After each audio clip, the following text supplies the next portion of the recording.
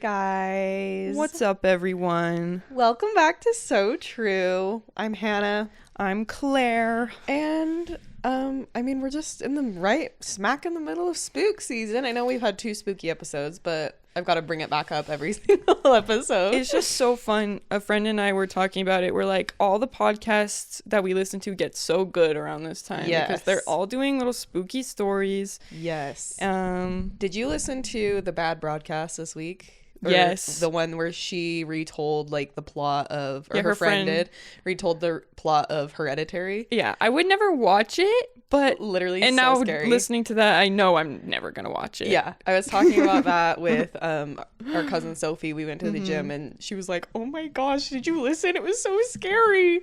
And it is so scary. Just hearing someone describe that movie is terrifying in itself. No, like I was seriously. spooked after. I was like, "What the?"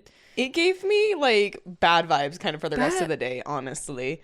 I just like, no hate if you like those kind of movies, but I'm like, that's just some bad juju. Like, imagine just walking out of the theater and being like, that's gonna really help my day. Yeah. That's gonna make my day better. Yeah. Seeing all that messed up shit. Well, the director of that movie, Ari Aster, I think is his name.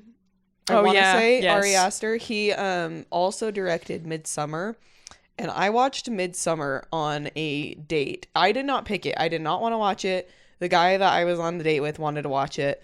He turned it on and I like literally felt sick, I think, for the next like week or two. Like I could not get I still can't get some of those images out of my mind from that movie. And I'm not saying it wasn't well directed.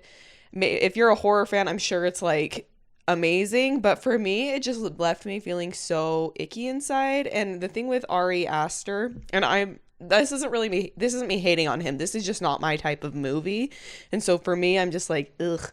But I don't know, like Midsommar, and now that I know the entire plot of Hereditary, I'm like, neither of those ended with like any type of triumph or like goodness winning in the end. It was just like, it's pure evil all the way through. And that is what gets me, I think, That's what gets me as well. Is I like my horror movie. It's okay to be like spooky, but it needs to end where like one of the characters survives or they defeat the evil. Yeah. Yeah. But if it doesn't, you just feel so unresolved. Yeah. And like, and the thing with like his movies is like, one of the characters always does survive, but they end up kind of becoming like evil themselves. Like it just like, it leaves you're just like, oh, like it leaves you so unsettled and like it's so unresolved, and like evil always has like won out in his movies. And I like, for me, I don't like that. And I guess it kind of goes against even like, we're getting really deep here, but it goes even against like my own core beliefs that like,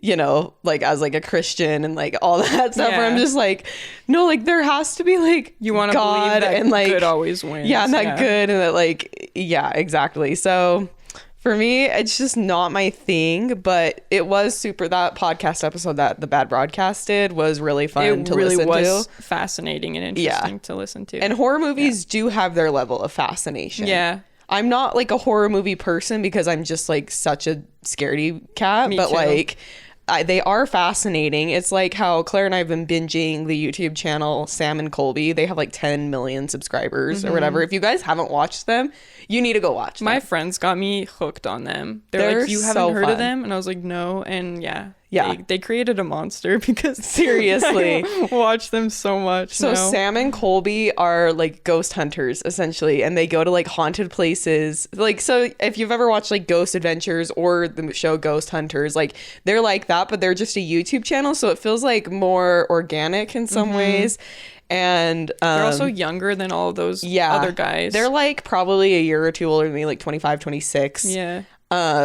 And they're just like they're both like so cute and fun. Like we just love them. And then they go to like all these cool places, and like they just have like really good vibes too. So like even though you do get kind of spooked like a little bit, it's never that bad. Like I can always go home and like be fine. Right, because they themselves are really good people. Like you can just get that from them. But we love them. We've been binging them like They're crazy so for the last like 2 months. But yeah. So if you haven't watched Sam and Colby and you're looking for something that's like slightly spooky this month, but not like, if you're not like a horror movie person like Claire and I are, then go watch Sam and Colby on YouTube. Mm-hmm. They're really, really fun. What's been your favorite episode so far? Let's give like a episode recommendation. Just because I think these have been like the scariest ones, I think every time they've gone to the Conjuring house has been insane. Just the amount of like activity they've gotten from that place. Like there was an episode of the Sally Borden house too, though, where Lizzie Borden. Or the Sally house. Sorry. Yeah, they went to Lizzie Borden, but then they also went to the Sally house. Sorry. Yes. And that one was crazy because they think like maybe Sam had gotten a detachment from that. The Sally house was good. I was gonna say the Lizzie Borden house. Every time they go to a house, I think those are really good versus agreed. like going to like a haunted land or a prison. Yes. I feel like houses for some reason have like the most like spooky shit. Yes, there was a really good one. It was like the Bel Air Mansion, which isn't in Bel Air in like California, but like Bel Air somewhere else is like Ohio or something. Do you remember that one? Yeah, vaguely. Yeah, they've all kind of blurred together. That one now. was pretty crazy. I remember like they had a guy that had like gotten an attachment there like 10 years prior and hadn't been back, and then he came back and like I won't ruin it too much, but like it was crazy. I remember now. And it like said his name and stuff. Like the spirit or whatever like remembered him. Anyway, so Sam and Colby are super fun. Go watch them this month they're perfect for spooky season. So and they're doing this thing where they're gonna stay a week in Conjuring House, and I think that's coming like towards Halloween. Yeah, and we're so excited for that one. Yeah, that one's gonna be fun. We're literally like planning to watch it together. Yeah, like our older brother, we've got our mom into it now. Like, which was such a surprise because if you know anything about our mom, she is not really like a show movie type person, but she's like, do you want to watch Sam and Colby? And I'm like, who are you? Yeah, literally the other night she's like, I want to watch some Sam and Colby, and we were like, okay, girl, we'll watch it with you. So yeah. Well, this week, you guys, continuing with our theme for the month for like kind of spooky episodes, we are doing like urban legends and like myths from all around the world. I think I've got United States, like stateside urban legends, and then I think Claire's got more like countries. Yeah, I've got more international. Yes, so it'll be a good little mix up here. I got all of my stories from a whole bunch of sources, so I'm just gonna send them to Claire and put them in the show notes. Okay. And then you guys can go look away, but yeah, mine are kind of all over the place too. Yes. The main one I started with was insider.com and like creepy urban legends from every state, and that kind of helped me to find the different ones where they had like links to different articles. So anyway, I will give Claire my links when she edits, and she can put all of our stuff in the show notes so you guys can go look there, and so we're making sure we're giving credit where credit is due. But do you want to start, or do you want me to start? You should start. I think I started last time. Perfect. Okay, so my first one is the legend of Charman. Not Charmander. Charman, and he is from California. Okay. Sweet. In Ojai, California, it is a very hot in the valley. It's in one of the driest parts of the states. Scrub brushes everywhere, and long story short, it's prone to wildfires. One such fire in 1948 was particularly large and burned a large portion of the valley. Due to the isolation of Ojai, California, and the limitations of the times, some families had to wait days for the authorities to come offer aid and assistance. In the hills to the south of Ojai proper, there was an isolated cabin. A man lived there with his son, and they mostly kept to themselves. Perhaps the people of Ojai, California forgot about them, and that was a very bad mistake. The cabin was directly in the path of the fire. Their house was consumed by flames. The father was burned to death. The son survived, but barely. He was practically unrecognizable as a human being. A smoking wreck of a man, burned all over. It's amazing he lived. He did survive, though the pain must have been unimaginable. As sometimes happens in such terrible circumstances, his mind snapped. Nobody knows quite what happened. When the police and firemen arrived, days after the fire, they found a gruesome scene. The father had been, trigger warning, gets a little bit gory right here. So if you need to skip. The father had been flayed. Oh. His skin was removed from his body, peeled off like he was a piece of fruit. The man's body was hanging from a nearby tree, and he was quite dead. Drawing their guns, the police immediately fanned out to search for the perpetrator. It didn't take long. Hearing an inhuman, labored wheezing from a nearby brush that had escaped the flames, the officers converged. Suddenly, something bolted out. It was the son.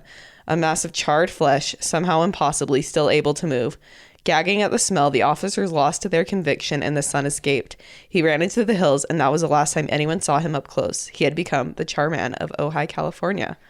People say that Charman is still there. He must be ancient now, but it seems his insane rage has given him strength and life beyond the mortal. Or perhaps he really did die in the fire so many years ago. Maybe what we know as a Charman is a ghost or a specter reenacting the horrific circumstances of its death. So what does this tormented soul do in modern-day Ojai, California? It seems that he wants more skins. Human skins. No. Skin to replace his own, perhaps. The You Charman. can't have it. You can't have it. I'm sorry, it is not for sale. The Charman most frequently lurks around the very rural Creek Road. There's a campground in the area known as Camp Comfort. Blech. That's funny, which has gained something of a reputation for its hauntings. The Charman has been known to stalk the camp at night, not quite brave enough to enter the tents. Certainly brave enough to go after an unsuspecting party of hikers, though. Watch out. He's crafty and he picks his targets carefully. He shies away from large groups and moving cars, but he's not shy about approaching if he thinks he can take you. Harassing stopped cars is a favorite pastime of his. He loves nothing more than finding a few unlucky travelers stuck on the side of the road, helpless stranded, their skin ripe for the reaping. The Charman will leap right onto the car, pounding and scratching and trying to get in. Some daredevils like to exploit his proclivities. Drive way out after dark, stop on the side of the road and turn off the car. Turn off the lights too, if you dare, and then just wait. The Charman, so locals say, will come after a time. It will be sudden and shocking. Be ready to start the car back up and make your escape. And you had better hope the engine doesn't stall. That's what the Charman is counting on. Explore the trails and roads of Ojai, California late at night, particularly around Creek Road, and he might just make an appearance. Ew. Yeah. Anyway, so Charman, go away. Charman.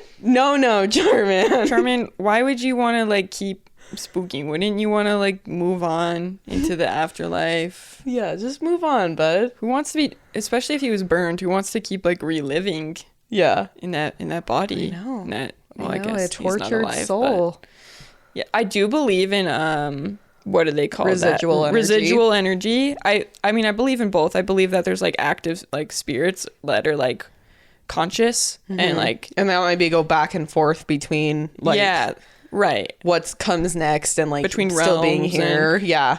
But I also believe in like a time loop kind of energy where it's just like residual, like because of how traumatic Yeah, the something experience was. Yeah, just replays and that Yeah. one thing. Yeah, time, I definitely like call me crazy, but I definitely believe like time isn't linear. Like I believe think so, too. I think there's a lot of overlapping Yeah. timelines. Well, Yeah. and because like there's like literal wormholes in space, I'm like, why couldn't there be wormholes like Yeah. on Earth, or why couldn't those said wormholes in space affect Yeah. time on Earth too? Oh, for sure. You know, Yeah. So I don't know. I don't know. Kind of spooky. Time is a social construct. Oh my gosh, time is like not real. Time is not real and neither are we. Whoa.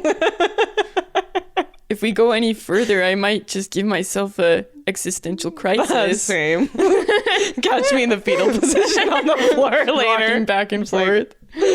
Damn. Nothing's real. Well, Charmander, Well, Charmander, that's we're gonna catch you with a Pokeball. yeah.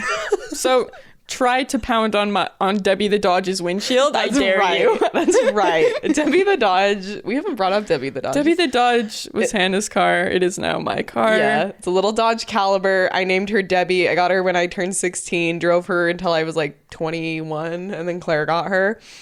And She's got almost 230,000 miles on her. She's a piece of shit. she's an old girl. But actually, she's held up pretty good. She I'll give her has. that. We love her. We love her. We think of her fondly. Yeah. So yeah, that's Debbie the Dodge. So So yeah, just try it. just try it. Try it, Charmander. All right, go ahead. This one is probably a more well-known one. I know that there was like a big TikTok kind of circulating around her, but it's La Llorona, I think. Llorona, is it the double L at the beginning? Yeah, So, so it's it's probably Lee. yeah. Well, one of my good friends, Camry, her maiden name is Valle, and it's double L. Right. So I think the double L makes a yeah. So sound. La Llorona. La I think is what Llorona, it is. yes. Yeah. Yeah, okay. Oh, there's literally a pronunciation thing right here. Please. Were we right? Was I right? Yeah. La Llorona. Okay, yeah. Jeez, sorry. You got a couple of gringas here. Yeah, I was gonna say my white person is gonna be showing a lot in this episode. So just please Sit down and get yourself a chimichanga and read about La Llorona. Hey guys, today we're doing urban legends. This one we're gonna read from Mexico. Like, please. down south. Down south across the border. Please. Okay. So, La Llorona, the crying woman or the wailer, is a Mexican vengeful ghost who is said to roam near bodies of water, mourning her children who she drowned in a jealous rage after discovering her husband was cheating on her. Oh. Why not drown your husband? Yeah, though? like, well, the kids are like, what the fuck? They're like, I didn't do anything. Like, dad did it. Jeez. Jeez. So, and then I have a story. This is the only story of like a first account that I have for these urban legends because all the others were like too obscure to find like personal accounts. Yeah. So, yeah, this story is by Darth Gator Main on Reddit. Slay. Darth Vader or Dorothy Gator? Am I right, guy? Sick. Okay, so it goes. Hey everyone, I have been following the No Sleep Reddit subreddit for a couple of weeks now, and I enjoy reading about your mysterious and creepy stories. I wanted to share a story about one such instance of an apparition known to South Texas as La Llorona. The Rio Grande Valley region of South Texas is at a below sea level in most areas. In order to maintain drainage during the flash flood season, there are canals and levees all over the place. Is that how you pronounce it? Levies. Levees? Okay, Yeah. good. Back when I was a kid growing up in South Texas, about 10 years old or so, I used to spend the night at my grandma's house every weekend. She lived next to a large canal that would usually fill up with water after a good rainstorm. My cousins and I used to have adventures all around the canal as well as my grandma's house, and we loved to sit around on late nights with my youngest aunt, who was only about 8 years older than us, and tell stories. One particular night, she decided to share the story of La Just a yeah at the beginning. La Llorona, or the crying woman. I would not realize until later that this is one of those stories that would have more truth than fiction behind it. The story is about an abused mother of 3 whose husband was a violent drunk. She too lived by a canal. A few nights after a particularly abusive argument with her husband, she managed to sneak her and her children out in the light of the full moon down to the canal. She then proceeded to drown her children, one by one, in it from oldest to youngest. After she finished with the last one, upon seeing the look on her youngest child's face, she immediately began to regret her decision so much that she committed suicide. At this point, the story was too scary for me, and I asked my aunt to stop telling. I know, I was a kid, and being that my grandma lived in a remote area next to a freaking canal, so I'd heard about enough similarities between us, and the stories... Okay, that sentence did not work right. I had heard enough similarities between us and the story's setting that I could handle for one night. A couple of months had passed since I had last spent the night at Grandma's, and I had not forgotten about La Llorona, so I decided I could go over and maybe try to get the rest of the story from my aunt.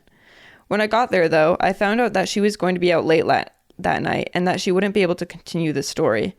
This was before cell phones, so since my mother had driven me all the way to Grandma's house out in the rural area of the county without knowing that my aunt wasn't going to be home, I decided to stay.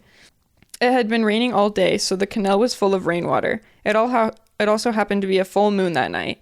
All was well through bedtime. I usually slept on the living room couch at the front of the house, which was not more than 100 yards from the road that tees off to my grandma's driveway and also leads up from the canal to the town.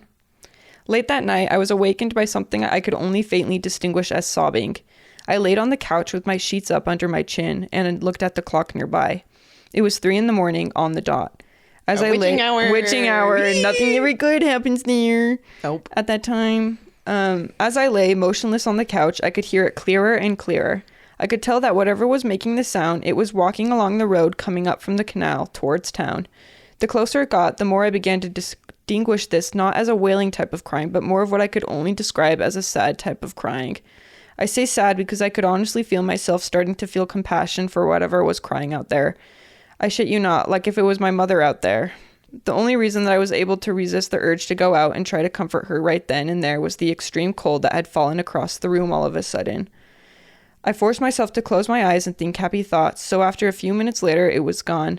I was scared beyond belief, and the more I thought about the feeling of compassion I had just felt, the more creeped out I began to feel. I thought of this for what seemed like forever when slowly I began to hear the crying off in the distance. This time it was coming from town and heading towards the canal. It was the same thing as before, and the closer it got, the more clearly I could hear it. A few minutes after I not only heard it, but felt it pass my grandma's house, I was able to muster up enough courage to take a peek out the front window. A dense fog had come over the entire neighborhood, and all I could see was a shadowy figure in a long flowing dress with long raggedy hair walking towards the canal. I could see a bluish light coming from the canal, which was the only reason I could make out the silhouette of this woman. Suffice it to say, I could not force myself to go to sleep, so I tried to stay awake until dawn. The next day, I woke up after apparently dozing off while trying to stay awake the night before. Grandma was cooking breakfast, and my aunt had finally arrived after being out the night before. I decided that I would ask my aunt the rest of the story of La Llorona. It continues like this. Ever since committing suicide, whenever there was a full moon, just like on the night when the woman killed her children before killing herself, this woman's apparition has said to haunt the canals around South Texas, cursed by the devil to roam the areas around the canals to look for her children. Upon seeing a child, she was said to transform into a beautiful woman in a flowing white gown. She would gain the child's trust and lead him to the canal in order to get him to jump in the water. She would then pull the child underwater and cause him or her to drown. Anyway, this supposedly would have happened to me if I'd gone out at that time that I had heard her. Since then, I avoid canals at night. You should too. Thank you, Darth Gatormain. Wish you would maybe not had so many run-on sentences, but thank you for your story. But thank you so much. Maybe just grammar check or Grammarly next time. Yeah. That would be if we were sponsored by them, that would be perfect. Leading into a sponsor. We are sponsored by Grammarly. No one. Just kidding, we're not sponsored. But we wish we were. Great. Love it. All right. Yeah. Next. My next one is Slaughterhouse Canyon, and this is from Arizona. There's a long-standing legend that surrounds this eerie canyon, and if the story behind it is true, it's horrific, tragic, and just plain sad. Legend has it that during the 1800s, a family lived down in the bottoms of Slaughterhouse Canyon. You can probably guess the first part of this tragic story. One time, the father left, and he never returned. Meanwhile, his wife and children were left alone in the canyon, and they slowly began to starve. Times were hard, and the father would regularly leave for weeks at a time in search of food and possibly even gold, because this was kind of the time of the gold rush, so people were moving west. Anything to keep the family fed and clothed. As with any canyon, if you yell loud enough, the echo will eventually make its way right back to you. And as the family began to wither away, their screams of starvation would circulate all around the canyon. Eventually, as the legend goes, the mother couldn't bear to hear her children's painful screams, and so she murdered them and then took her own life. That's like really similar to the La Llorona. Yeah, a little bit. Visitors to Slaughterhouse Canyon have reported feeling the anguish that still permeates the air. And on evenings and nights when the air is still and thick, it's reported that you can hear the screams of the kids and of the mother as she made the tragic decision to end their suffering. This is among the most haunted places in Arizona. And then there were a couple of like links to like hikes and stuff that you can do that people say like are haunted, like are really creepy and stuff. Weird. In this same canyon. So yeah, I don't want to go on a haunted hike. I'm good on that. Like, I'm already haunted by the fact that I'm so out of shape when I go on hikes. So I'm like, I don't also need to be scared. True. Because I'm like at that moment I'm contemplating every single life decision I've ever made. Yeah, the physical activity is scary enough. That's exactly right. Oh my gosh. Well, interesting. Yeah, sorry, that one was kind of short, but that's okay. Mine are short too. That's all I could find about that one. But I have my other two are longer, so. Okay. Well, this next one comes from Iceland. Oh, and this language I just know I'm going to butcher, so I'm very sorry. But it has a couple of names. So it's called the Tama Fisker, or bridal fish. Okay. And it is what it says. It is one of the many Ilheveli, the evil whales of Iceland. It is the most dangerous and feared of the evil whales, as are the others. Its flesh is inedible, and speaking its name at sea will attract its unwelcome attention. Huh. Its name is derived from the white or pink stripes extending from its eyes to its mouth and from its mouth outwards. These contrast sharply with its raven black color and give the appearance of a bridle. In the east, fjords, it is known as the big shorthorn, distinguishing it from the little shorthorn. So bridle fishes are cruel, destructive, and spiteful. Worse than that, they have an excellent memory and will hold grudges for as long as they live. Oh my gosh. Dang. That's a Just toxic kidding. trait. I can't hold a grudge. That's to save my so life, toxic. actually. Thomas Fisker, oh my Yeah, gosh. Jeez. Try therapy. Try therapy. Which leads us to our next sponsor. Just kidding. BetterHelp. BetterHelp. I'm so sorry. That's so this funny. podcast is like all over the place. Stupid. That was the stupidest joke I've ever made. So yes, they'll hold grudges for as long as they live, tracking down anyone who has escaped them. They flip boats over, tear them up with their teeth, pummel them with their tails, and even get under them crosswise and fold them in half. One minister from Fáskrúðsfjörður survived a Thomas Fisker's attack by clinging to the wreckage of his boat.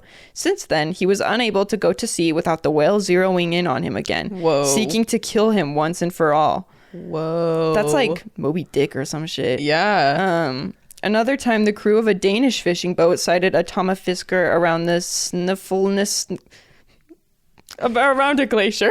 They were saved by the quick thinking and skill and the dark arts of the captain, who dove overboard with a small bag in hand. And when he returned, he assured them that the Thomas Fisker would not bother them anymore. And sure enough, it was not seen again that day. Was that Jason Was that Jason Statham? Was that The fact Jason? that we both, I immediately was gonna make Was that that joke. Jason Statham from The Meg? Yeah, did he like punch it in the face? And then he like did The he Meg go in the down face? with one harpoon and just like stab it in the eye? That movie is Please, if you guys have never watched The Meg with Jason Statham, it's absolutely hilarious because like Jason Statham, like literally he defeats the Meg by like punching it in the face. And He's it's on like a jet ski. He jumps off the jet ski and then he punches it in the face. yeah, like it's actually ridiculous. And at one point he's like holding it back with just his foot. Like this is like a giant, like prehistoric shark. freaking shark. And you gotta just go watch, even if you don't watch the full movie, just go watch clips from The Meg and you'll like die. Yeah, it's funny because people go into thinking it's gonna be like kind of a suspenseful movie, and Yeah. it's literally just comedy. Like No, it's like, we were cackling we were the laughing. entire time. Yeah. Anyway, so I'm pretty sure the captain was Jason yeah, Statham. he was. But and then the last thing it says, exactly what the captain used to repel the Thomas Fisker is unknown. The substances known to be abhorrent to Thomas Fiskers and most likely other whales include chewed angelica, rotting baitfish, bilge water, cod liver oil, live fire in a bucket, juniper, cow or sheep manure, sulfur, chopped fox testicles, and yarrow. Setting fire to these substances before throwing them overboard was believed to make them more potent. Thomas Fiskers can also be distracted by loud noises and barrels thrown into the water, and sailing into the sun can dazzle them into giving up the chase. Huh. Interesting. So that's interesting. Sorry that was probably the choppiest reading ever because the freaking Scandinavian language it's so complicated. I don't know how to pronounce Well, I feel it. like every Icelandic word I've ever seen too has like every single letter of the alphabet in it. Yeah. Like they are like the longest words. And I even like searched up how to pronounce it before and then I think I forgot. You're like, So, who knows? hopefully that was close enough. So who do you think would win in a fight, the Thomas Fisker or the sea bear from SpongeBob? Ooh. I feel like they could be evenly matched. Yeah. The thing is, I'd actually probably say the sea lion from SpongeBob because you have to draw a circle. Oh, and yeah. how are you gonna draw really a circle on a boat? You That's know. so true. That's so true. Yeah. Yeah, I think the sea bear might be more deadly. Oh yeah, sea bear. That's what I meant. Anyway. So yeah. Okay, cool. Love it. All right, my next one is from Connecticut, and I chose this one partially because of the name. So it's Hannah Cranna, Oh. the Wicked Witch of Monroe. Okay, when she was alive, Hannah Cranna was known as the Wicked Witch of Monroe, a reputation that continues to follow her over 150 years after her death. Damn. Unlike other supposed witches, the story of Hannah Hovey, who apparently picked up the nickname Hannah Cranna while she was still alive, doesn't culminate at the end of a hangman's noose or in ashes around a stake. She lived a fairly comfortable life on her property near Cutler's Farm Road in Monroe, Connecticut, dying of natural causes at the age of 77. And then the author put in here, isn't 7 supposed to be a magical number? Just saying. That's so weird because that's my favorite number. Yeah. 7. 7 is like a magical number. And I see that number a lot anyway. Yes. But obviously her life wasn't exactly ordinary, or she wouldn't be known to this day for allegedly dabbling in the black arts. According to most accounts, her reputation as a witch didn't begin until the demise of her husband, the good Captain Joseph Hovey, an event with which Hannah was rumored to have somehow been involved. The tale goes that one night Captain Hovey went out for a simple walk and somehow toppled over a cliff, resulting in his untimely demise. Not believing that Captain Hovey could have been the victim of an unfortunate accident, whispers started that Hannah had somehow bewitched him, causing him to become so dazed and confused he inadvertently fell to his death. Or he could have been drunk. True. You know? Like, Yeah. people are just like, no, she cast a spell on him. Like, Or guy like, just got had too he had one too much to many. drink and he fell, and she did have something to do with him. It's more likely that she pushed him. Like, True. It's like she did it with her mind. We're freaking crazy. Hannah, whose shrewish behavior apparently hadn't exactly endeared her to others while Captain Hovey was alive, became even more loathsome after she became a widow. She often insisted that her neighbors give her free food and firewood, saying... It's like, give me that. I'm a single lady. Help like, me out. I'm literally just a girl. Help like- me out. I had no money. I don't got any money. I can pay you with blocks. I'm just a widow I'm baby. just a little baby.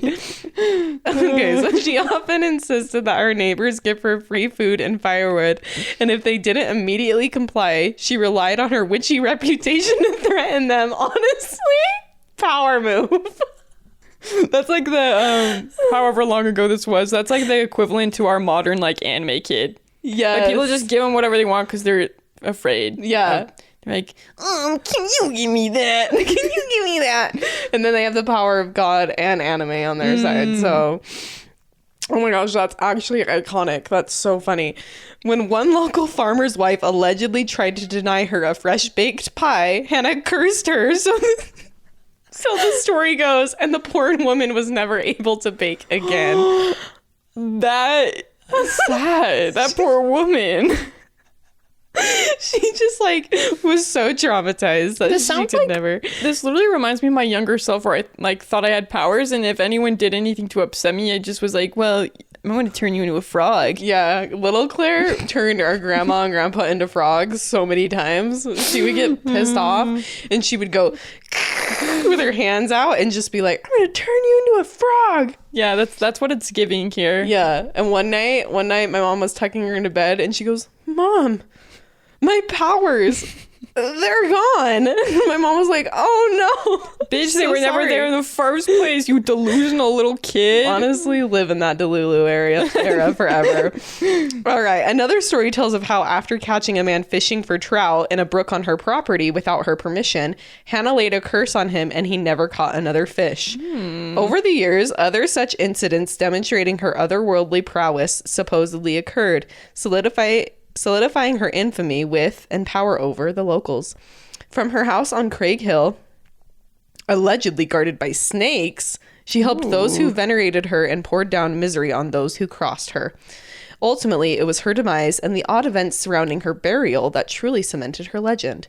It seems that Hannah kept a rooster named Old Boreas, which some suspected was her familiar. I don't know what that means. Oh, it's like your like pet animal. Oh, You're familiar. Okay. I kind of think of it as like your Harry Just like Potter close animal. friend or companion. Yeah, like how like Okay. Hermione has Crookshanks and Oh, Harry okay. has Hedwig. I think it's kind of like that. Okay. Shortly after the cock crowed its last, nice, that was good writing, Hannah told a neighbor that her end was also near. She said, my coffin must be carried by hand to the graveyard, and I must not be buried before sundown.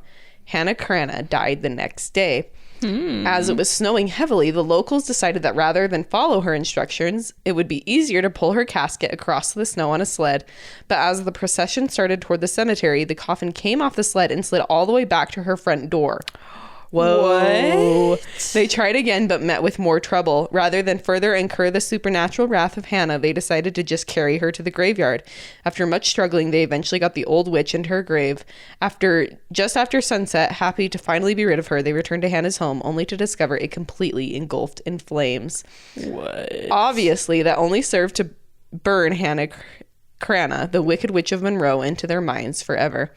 Like with any good legend, there are stories that still revolve around her today, the most popular of which is that from time to time, the specter of a mysterious woman will suddenly appear in the middle of Spring Hill Road, causing an unfortunate driver to swerve, lose control of his car, and eventually his life, as he crashes into the gravestone of Hannah Crana. Horrible. Of course, Hannah's gravestone is up on the hill overlooking the road and would require a spectacular aerial crash that would put Evel Knievel to shame.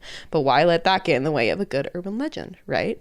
So you can see her gravestone today. There was literally a picture on the website. It's still up. That's creepy. Yeah, she's actually buried there. Not the coffin being like, nope, you can't kill me. I'm a bad bitch. No, I'm a bad bitch. Yeah. Anyway, so Hannah Crana, honestly, a little bit iconic. Like, if she wasn't a witch and she just like was like telling people she was putting curses on them, like when they didn't do what she wanted, that's like honestly hilarious. That is so funny. Like the woman like not giving her pie. She's like, well, fine, bitch. I'm gonna She curse just you. thinks she's Marnie from Halloween Town. Yeah, she is. Maybe she is Marnie. Except I guess Marnie wasn't evil. Marnie though. was a good witch. Frick. Or was she? Or was she? Okay, I've got two brief overviews of some other countries' urban legends, and it'll probably be really quick, and then Sweet.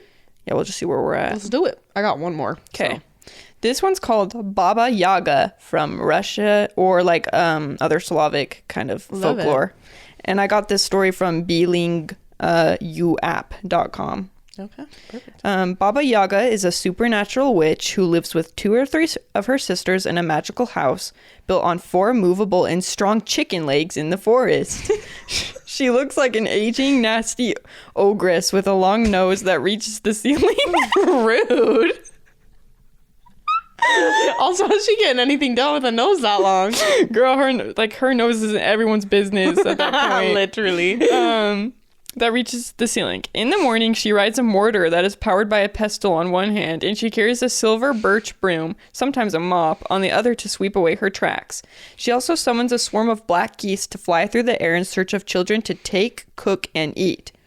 In some stories, the famous Slavic forest spirit is known to help people with their important tasks, but in other tales, she is said to kidnap and eat her prey, usually young children. Nevertheless, asking for Baba Yaga's guidance and assistance is frequently viewed as a dangerous and risky behavior. The Russian fairy tale Vasilisa the Beautiful features a young Vasilisa who is sent to Baba Yaga. Vasilisa was later held captive by Baba Yaga, but because she had been so kind to Baba Yaga's servants, a cat, a dog, a gate, and a tree, they ultimately assist her in escaping, and in the end, the mean, vicious, and old hag is transformed into a crow. Interesting. Baba Yaga. Baba Yaga. Baba Yaga. Baba Yaga.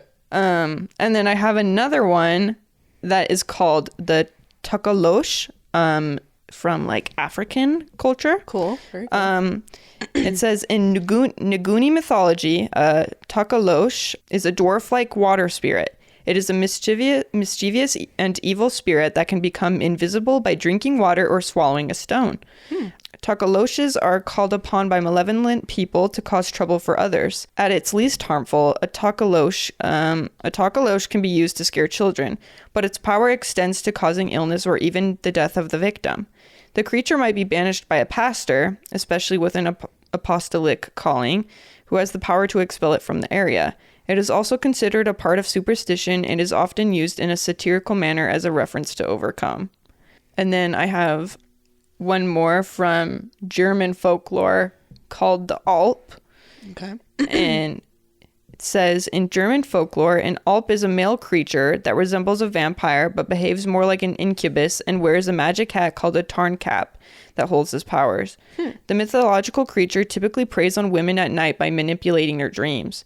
He prefers the flavor of breast milk and sucks the blood of men and young children. So he's a pervert. So yeah, he's a little perv. The Alp can shapeshift into a variety of creatures, including a cat, pig, dog, snake, and even a butterfly. Additionally, he also has an evil eye whose gaze may bring about any bad luck or sickness, but hurting the evil eye will remove its evil desires. Some protections against the Alp include hiding a broomstick under a pillow, placing shoes next to the bed with the toes towards the door, hanging iron horseshoes from the bedpost, or placing a mirror on the chest. The Alp can also be successfully repelled by leaving the lights on all night, and if it is discovered taking a nap during the day, it can be weakened by stuffing a lemon in its mouth. Shut the fuck up, Alp. He's a lemon. Alana is sleeping, and you stuff a Just lemon. stuff a lemon in his mouth? That's so funny. It's so funny. I wonder, like, what all these things, like, these preventative measures, like, where did these come what's from? the Like, how origin did of people them? come up with these? Yeah. Like they Like, were like, yeah, that's gonna Yep, a point lemon. your shoes by the bed, toes pointing towards the door. Maybe because lemons are sour, or these weird like little superstitions are it's so funny.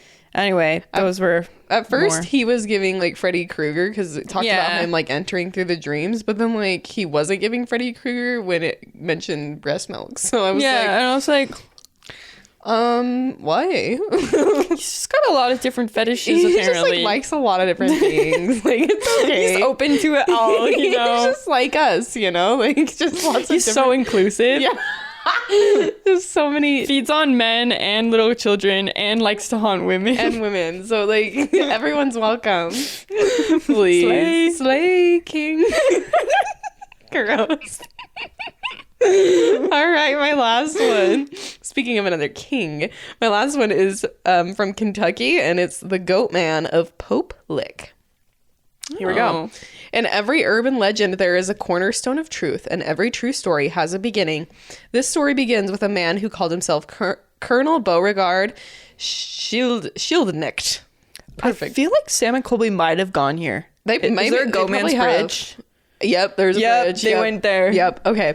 Although there is no record of evidence that he ever served in any regiment of the armed services or militia, Colonel Schildknecht, I don't know if I'm saying that right at all, it's really weird, was the owner and ringmaster of a traveling circus that performed across the heartland of America and into the deep South territories beginning in the early 1930s. Schildknecht's reputation was one of ill repute in the carnival business, and he was considered a liar, cheat, and all-around charlatan. His crew of carnies and circus clowns were more of a gang of cutthroats and pirates than sideshow entertainers. And every town they visited left behind a series of unsolved thefts, missing persons, and grisly accidental deaths. One thunderously stormy night, while stopped in a town near Beltsville, Maryland, the circus's bearded lady, Madame Bristells, discovered an abandoned infant left in a hay-filled crate outside her tent. The child was severely malformed, with stubs protruding from its forehead and misshapen legs that ended in what looked more like cloven hooves than human feet. She took the poor creature in and gave it food and shelter. One look at the twisted abomination, and Colonel Schildknecht knew that he had struck gold. He had found the starring attraction for his freak show that would make him rich beyond his wildest dreams.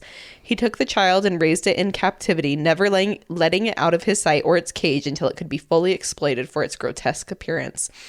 The beast grew in size and strength over the years, its stubs becoming full-sized horns, and its temperament as nasty as the treatment given to it by the cruel circus carnies charged with keeping it imprisoned.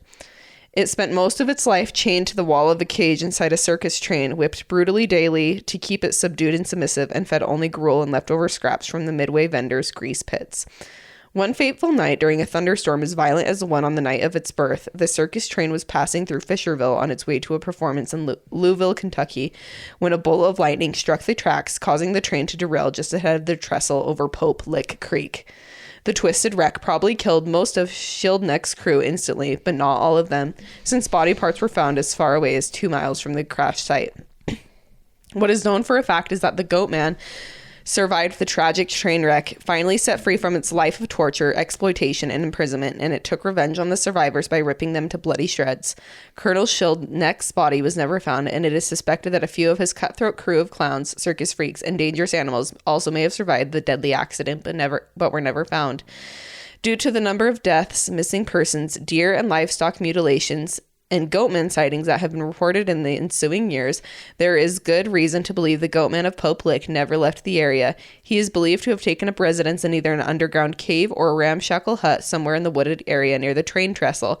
His inbred hate of cruel humanity has made him a bloodthirsty and dangerous beast to be avoided at all costs. Those that dare trespass into his domain have met their fate at his hands. The Courier Journal records at least 2 confirmed deaths in 1987 and 1988, and many injuries and close calls attributed to the Pope Lick monster and his protected trestle. The trestle rises 90 feet above Pope Lick Creek and stretches 772 feet across to the other side. Although incapable of human speech, the goatman is said to be able to mimic human voices and has been known to call out the names of those who have climbed to the top of the trestle in order to lure them out onto the tracks, just as an oncoming train is coming around the bend to seal their doom. Ooh, that's spooky. Giving Skinwalker. It is giving Skinwalker. On weekend nights during the month of October, and especially during the cycle of the full moon, the goatman is said to be most active in the woods and hills surrounding the Pope Lick trestle.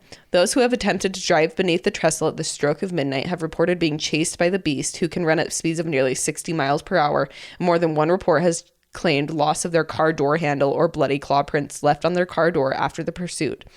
In the mid-1970s, rumors of a satanic cult and demonic rituals began circulating in the same area along Pope Lick Road, and reports of missing dogs, cats, and other domestic animals were suspected of falling prey to satanic blood ceremonies.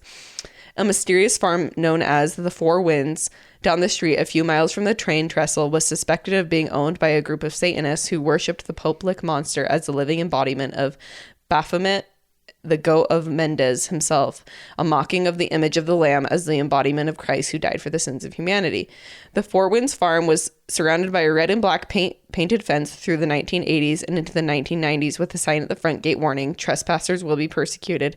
Strange tribal drum beats and chantings were often heard in the woods behind the farm's barn. That was a tongue twister. Another potential danger in the area is the group of angry farmers and residents who constantly suffer in fear of the monster's attacks on their livestock and families. Some of these residents should be considered armed and dangerous and might not take kindly to anything or anyone lurking about the area after dark. The legend of the Pope Lick monster and the haunted railroad trestle it calls home have been passed down through the oral tradition and spread about over 3 generations of Louisville culture. Then it says, is it all myth and urban legend, or are some of the stories rooted in truth and local history? I also heard about the goat man. There's like another combating like kind of origin story around him, that he also was like a farmer who began to like torture his like goats for like satanic rituals. Ooh. And then was turned into a goat himself. Which the goat is like a representation, like goat head, and like is like representation of like Satan. So like in Capricorn. So yeah, but so any Capricorns, you know, Satan is. I'm a Satanist. Claire's a Satanist. Just kidding, she's not. Honestly though, I'm on the monster side with that one, because I'm like, he was literally abused. I mean, like you can't really blame him for coming back and murking people. He's just like also, yeah. That it kind of was giving like P.T. Barnum for a second there. It was. I was like circus Colonel and Shield. Yeah. He's like a worse version of P.T. Barnum. That's facts. Yeah. Anyway, so kind of cool. That was my last one. But, I mean, there's so many out there. Like, I could do a whole nother episode on this for sure. I do have one more that I want to share. Okay. I thought it was interesting. And then we can call it good. So we go for it. Yeah.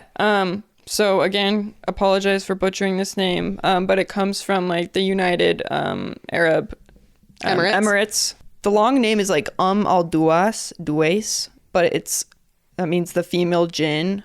I'm gonna refer to it as jinn so that I don't have to keep stopping the story to figure out how to pronounce that. Okay. So it says, today we will start with a scary urban legend, which is about a jinni called al Duais, a very popular female jinn in the Emirates region. In Arabian culture, jinns are described as supernatural beings living in higher dimensions than humans. They have immense magical powers and are capable of assuming various forms, but are unseen by humans. Generally, the jinns can be of 2 types, one good and the other evil, as they are capable of choosing between good and evil like humans. Jinns, in fact, appear in front of people disguised as a seductively beautiful woman with a beautiful body with black hair and releases a very strong fragrance while approaching someone. She presents herself as adorned with beautiful gold jewelry and appears before the travelers like a lonely, helpless girl who puts her best efforts to make them fascinated with her charm. According to eyewitness accounts, it is very difficult not to fall into her trap, and if someone gets caught, she returns to her original form, which is an old hag. She would take the life of her victim by slicing off their head. Whoa. Off with the head! Dang. There happened an interesting incident in the past when a resident of Emirates was returning from a feast at night when he suddenly heard someone's footsteps behind him. When he looked back cautiously, he found no one there, and after walking some more distance, there appeared a very enticing woman from nowhere in front, who was emitting a very sweet and beautiful scent. He immediately got suspicious because no single girl could be in that deserted area on such a night. He immediately started chanting the name of God, and soon she disappeared in the air. Dang, he's smart for that one. Yeah, he's like, God, help! Some even go as far as to say that this is just a story fabricated to scare men from being attracted to strange women or to make them frightened not to disobey God and get into adultery. Honestly, that would make sense too. Honestly, great lesson. Don't be a creep or else you're gonna get your head chopped off. That's exactly it. Thank you very much. But yeah, that was Very cool. That was a good one. I like that one. Yeah. Yeah. Well, guys, thank you so much for listening. Remember, episodes every single Tuesday. If you could, leave us a quick little rate and review. And tell your friends to come listen because we're having so much fun. We love doing it. So, And we would love to have more listeners of the So True podcast so that an actual sponsor. sponsor. So we can make a little bit of money. Just kidding. That's Just not why kidding. we do this. This is for fun, but we Would be love kind- doing it and it yeah. would be super cool. But anyway, thanks so much for listening. Yep. Catch us next Tuesday for our final spooky episode of the month. We'll either have another one more or two more. One more or two more? Oh, I think I'm getting thrown off. Okay, well, I might be wrong. Sorry. We'll look at the calendar. We'll look at the calendar. All right, guys. See you next week. Bye. Bye.